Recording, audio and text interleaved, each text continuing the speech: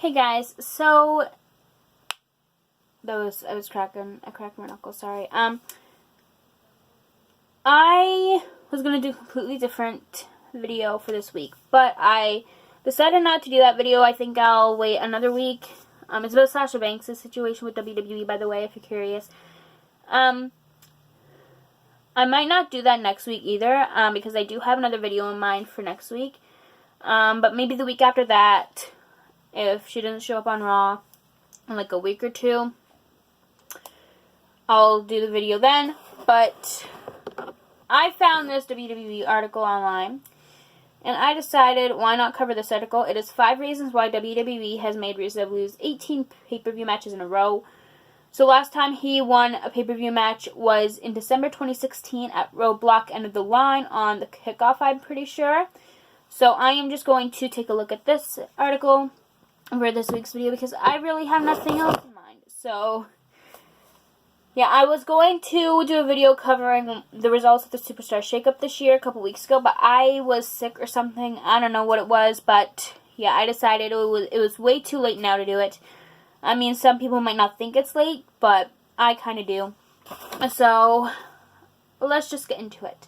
But before I do, as always, if you have not subscribed yet, go ahead and do that. Give this video a thumbs up if you enjoy it, and let's just start with the first reason. Was WWE unaware of the losing streak? Alright, so from what?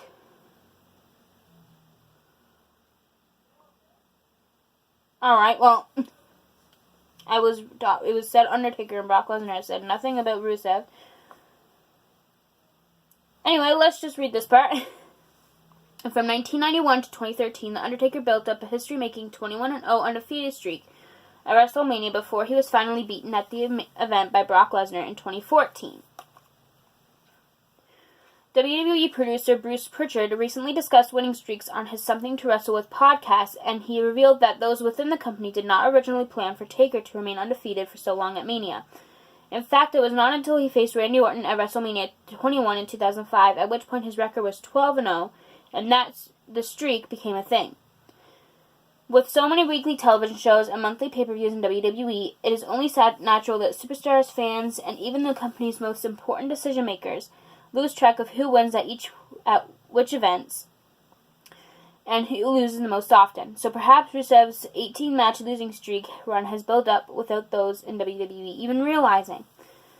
After all, his tally of pay-per-view defeats is never referred to by the announcers, so it's not as if this is part of an ongoing storyline.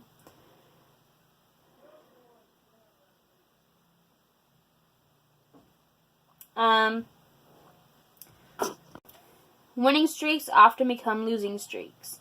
Remember, stupid ads, go away. I hate advertisements. I'm sure I'm not the only one. There's another one. Go, get lost, please. Thank you. Remember when Ryback had a lengthy winning streak in 2012 before he faced CM Punk for the WWE Championship at Hell in a Cell? Well, including that main event loss, his run of victories became a run of defeats, and he ended up losing his next 8 matches on pay-per-view. A similar thing happened to Asuka following the end of her 914 days. Still can't get over that. Undefeated streak at the hands of Charlotte Flair at WrestleMania 34. Within 2 weeks, she lost a tag team match on SmackDown Live against the Iconics, and within 3 months, she had lost 2 singles matches against Carmella. In Rusev's case, his 1-year winning streak in 2014 to 15 turned into a mix of wins and losses between 2015 to 16. And from 2017, I cannot speak, oh my gosh, onwards, he has only ever lost on pay-per-view. Granted, his losing streak has lasted a lot longer than Ryback and Asuka's winless runs after their undefeated streaks came to an end. But there is definitely a running theme in WWE where these unstoppable superstars begin to lose a lot more than unexpected when their streaks are over.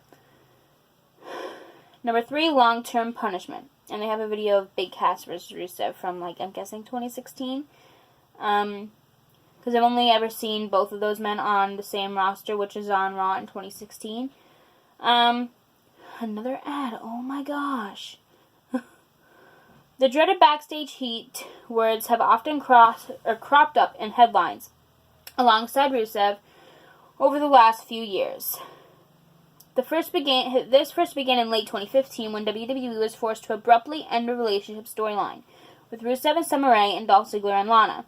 After news was leaked to TMZ that Rusev and Lana, who had split up on WWE programming, had become engaged in real life. From that moment on, the Bulgarian Brute had a lesser role as part of the League of Nations, while his ravishing Russian wife-to-be hardly featured on WWE television for the next 6 months.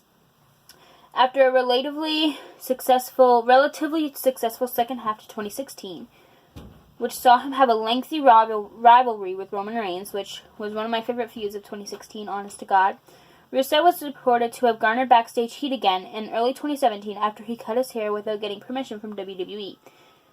It may simply be a coincidence that former United States champion has not won a pay-per-view match since he changed his look.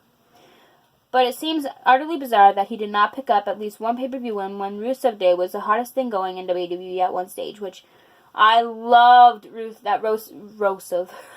Sure. I actually loved that Rusev Day gimmick he had, which was one of my favorite gimmicks of him ever. Number 2, he always looks strong in defeat. Rusev is one of those superstars who can lose several matches in a row and suddenly be catapulted straight into a title storyline. Why? One simple reason. He always looks strong in defeat. In 2018, for example, he has not won a match on a pay-per-view in 18 months.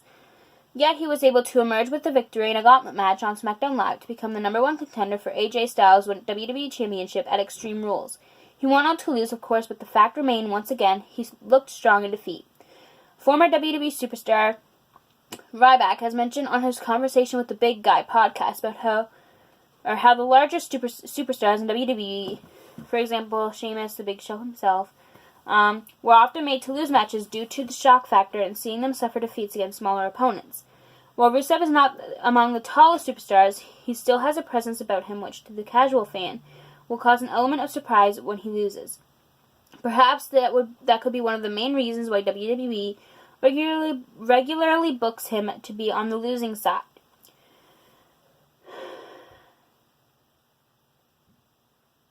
And the final reason, wins and losses do not matter to WWE. When AEW officially debuts, the new promotion will take more of a stats. I can't stand ads. Great, now I can get back to that article. Alright, I finally got back to the article after like 2 minutes of trying.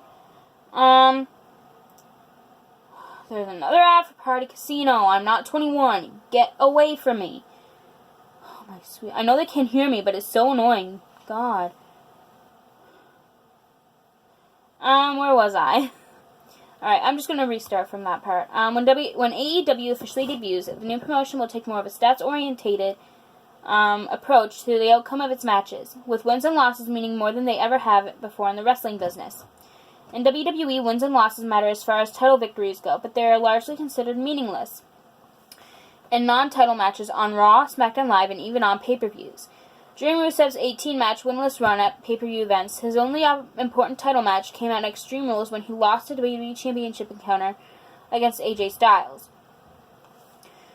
Other than that, he was also involved in matches for the United States Championship and SmackDown Tag Team Championship, but neither of those titles have been seen as a priority over the last 2 years, so the matches were not exactly meaningful. Given that perennial losers Zack Ryder and Kurt Hawkins and the Iconics currently holding tag team titles in WWE, perhaps it will not be long before Rusev ends his losing run and suddenly becomes a champion once again.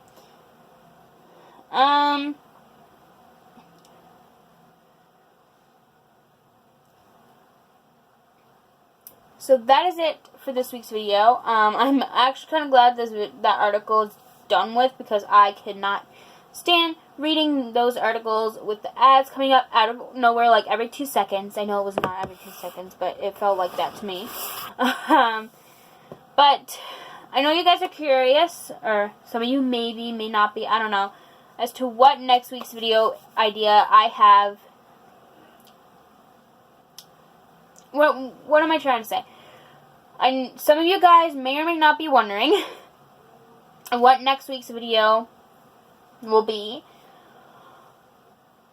As of now, it's going to be an updated WWE collection video.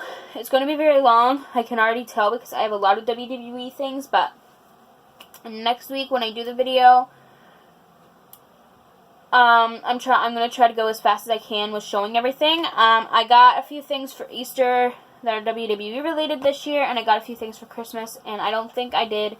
I think the last time I did a WWE collection video was like freaking last August or September or something. I have no idea. It's been a while. So, as of now, next week I will be doing a WWE collection video, an updated one, of course. And then the week after that, I might do a Sasha Banks situation video. We'll talk about it and stuff. But that is, however, if we don't see Sasha Banks in another, 2 weeks. But if we do, I won't do that video. But if we don't, I'm going to do a video where I talk about Sasha Banks' situation and all that stuff. But that's going to happen in 2 weeks. So, now all I have to do is focus on getting the collection video done. So that is it for today's video. Like I said, subscribe if you haven't already. Give this video a thumbs up if you enjoyed it. And I will see you guys next week. I'm not sure what day next week, but I will see you guys sometime next week for my WWE updated collection video. Bye, guys.